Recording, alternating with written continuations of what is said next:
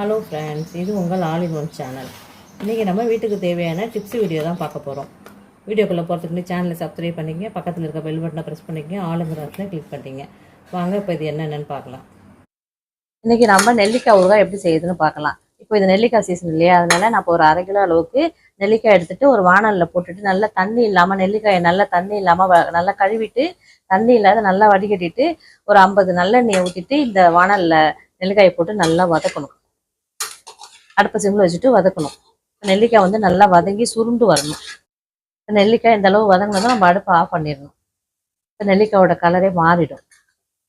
இப்போ நம்ம வந்து இந்த நெல்லிக்காயை சூடு ஆறுனதும் இப்படி எடுத்துட்டு இப்படி உடைச்சோம்னா உடையும். இப்போ உடஞ்சோம்னா இதில் உள்ள இருக்க கொட்டையை மட்டும் எடுத்துடணும். எடுத்துட்டு நம்ம இந்த நெல்லிக்காய் தனியாக எடுத்து வச்சுக்கணும். இப்போ ஊறுகாய்க்கு ஒரு வானல் அடுப்பில் வச்சுட்டு கொஞ்சமாக கடுகு போட்டுக்கணும், பெருங்காயத்தூள் கொஞ்சமாக போட்டுக்கணும். போட்டுட்டு தனி மிளகாத்தூள், நம்ம ஊறுகாய்க்கு தகுந்த மாதிரி நெல்லிக்காய் ஊறுகாய்க்கு தகுந்த மாதிரி தனி மிளகாத்தூள் போட்டுக்கணும்.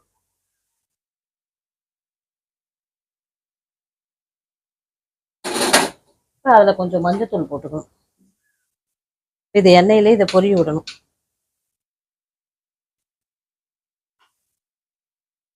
கொஞ்சமாக வெந்தயத்தை வறுத்துட்டு நுணுக்கி வச்சுக்கணும். அதையும் இந்த எண்ணெயிலே போட்டுக்கணும். அடுப்பில் சிம்மில் வச்சுட்டு இதை நல்லா கொஞ்சம் அப்படியே எண்ணெயில் பொரியிற மாதிரி வறுக்கணும். ரொம்ப கருவி விடக்கூடாது. தீ அதிகமாகதுன்னா அடுப்பை ஆஃப் பண்ணிடணும். இப்போ இந்த அளவுக்கு பொரிஞ்சதும் எண்ணெயிலே பொரிஞ்சிடணும் மிளகாத்தூள்லாம். இப்போ நம்ம வந்து கொட்டையெல்லாம் எடுத்து வச்சுருக்க நெல்லிக்காயை இதில் போட்டுடணும்.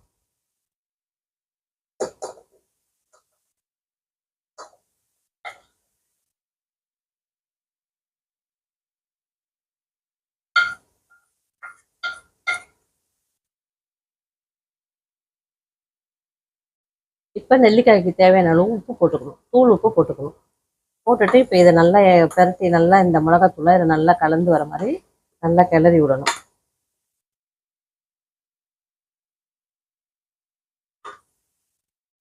மிளகாத்தூள் நல்லா கலந்து வர மாதிரி நல்லா கிண்டி விடணும். இப்போ இதுக்கு உப்பு பத்தலைன்னா கூட நம்ம கொஞ்சமாக பார்த்து போட்டுக்கணும். உப்பு கம்மியாக இருந்துச்சுன்னா ஊறுகாய் வந்து நமக்கு சீக்கிரமாக வீணாக போயிடும். இப்போ இது தண்ணியே இல்லாத எண்ணெயில் தான் வதக்கியிருக்கோம், அவிச்சு போடலை. தண்ணி எதுலேயும் இதில் ஊற்றவே இல்லை. அதனால இதுக்கு நமக்கு எண்ணெயில் வதக்கிறதுனால இது ரொம்ப நாளைக்கு இருக்கும்.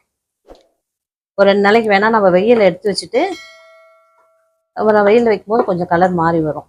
அதுக்கப்புறமா நம்ம பாட்டிலில் வந்து ஃப்ரிட்ஜில் கூட வைக்க தேவையில்லை, வெளியிலே வச்சிடலாம்.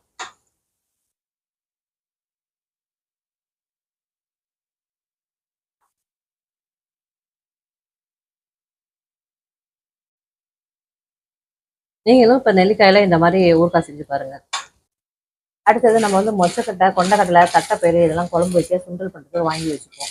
இப்போ இது மாதிரி நம்ம அதிகமாக 1/2 கிலோ இல்லைன்னா அதிகமாக வாங்கி வைக்கும்போது நம்ம இதை டப்பாவில் கொட்டி வச்சுருந்தோம், இது வந்து வண்டு பிடிச்சிடும், சீக்கிரமாக வண்டு பிடிச்சிடும். அது மாதிரி வண்டு பிடிக்காததுக்கு நம்ம இது மாதிரி வறுத்து நம்ம டப்பாவில் கொட்டி வச்சுக்கலாம். வேணுங்கிறப்ப நம்ம எடுத்து குழம்பு வச்சுக்கலாம். இப்போ நம்ம மொச்சக்கொட்டை எப்பவுமே குழம்புக்கு புளிக்குழம்புலாம் போட்டோம்னா வறுத்துட்டு தான் வேக வைப்போம். அதை அப்பப்போ வறுக்காமல் நம்ம இது மாதிரி மொத்தமாக வறுத்து எடுத்து வச்சிட்டோம்னா இது வந்து வண்டு பிடிக்காமல் இருக்கும். ரொம்ப நாளைக்கு இருக்கும். 1 மாதம் கூட அப்படியே வச்சுக்கலாம். நம்ம வறுத்து வச்சிட்டோம்னா கண்டுபிடிக்காம இருக்கும். அடுத்தது நம்ம வந்து குக்கர்ல பருப்பு தண்ணி ரெண்டையும் ஒண்ணா போட்டுட்டு நம்ம என்ன செய்வோம், இப்போ மூடிட்டு விசில் வச்சிருவோம். வெயிட் போட்டு விசில் வர வச்சிருவோம். அது வந்து நமக்கு புது குக்கரா இருந்தா கொஞ்சம் நாளைக்கு நல்லா இருக்கும். நம்ம குக்கர் வாங்கி ரொம்ப நாள் ஆயிடுச்சு, கேஸ் கட்டு பழசாயிடுச்சுன்னா நம்ம அது மாதிரி செஞ்சோம்னா நமக்கு உடனே விசில் வராது. மூடி போட்டு மூணுனதும் சைடெல்லாம் நமக்கு வந்து தண்ணி வெளியில வந்து சொட்டிட்டு இருக்கும். விசிலும் சீக்கிரமா வராது, லேட் ஆகும். இப்போ நம்ம அது மாதிரி என்ன செய்யணும், கேஸ் கட் வாங்கி பழசாயிடுச்சு, குக்கர் ரொம்ப நாள் பழைய குக்கராக இருந்துச்சுன்னா நம்ம வந்து இது மாதிரி பருப்பும் தண்ணியும் வச்சுட்டு, அதே மாதிரி சாதமாக இருந்தாலும் சரி தண்ணியும் சாதமும் அரிசியும் போட்டுட்டு இந்த மாதிரி கொதிக்கணும். இந்த மாதிரி கொதிச்ச உடனே நம்ம மூடி போட்டு மூடிடணும். நம்ம அந்த மூடும் போது கேஸ் கட்டை தண்ணியில் அலசிட்டு மூடி போட்டு மூடிடணும்.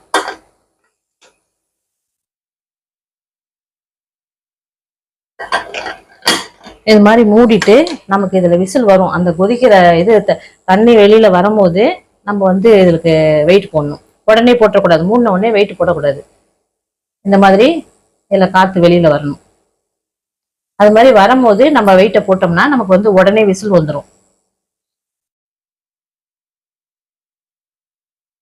நம்ம கிட்ட இருந்து பார்த்துட்டே போடணும். நம்ம வந்து மூடிட்டு போயிட்டோம்னா இது வெளியில நிறைய தண்ணி எல்லாம் வெளியில வந்து சிந்திடும்.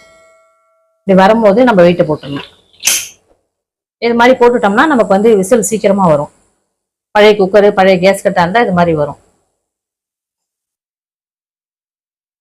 இப்போ இது மாதிரி செய்யும் போது நமக்கு வந்து கேஸும் கொஞ்சம் மிச்சமா இருக்கும். இப்போ நான் சொன்ன இந்த டிப்ஸ் எல்லாம் உங்களுக்கு பிடிச்சிருந்ததுன்னா லைக் பண்ணுங்க, ஷேர் பண்ணுங்க, கமெண்ட் பண்ணுங்க.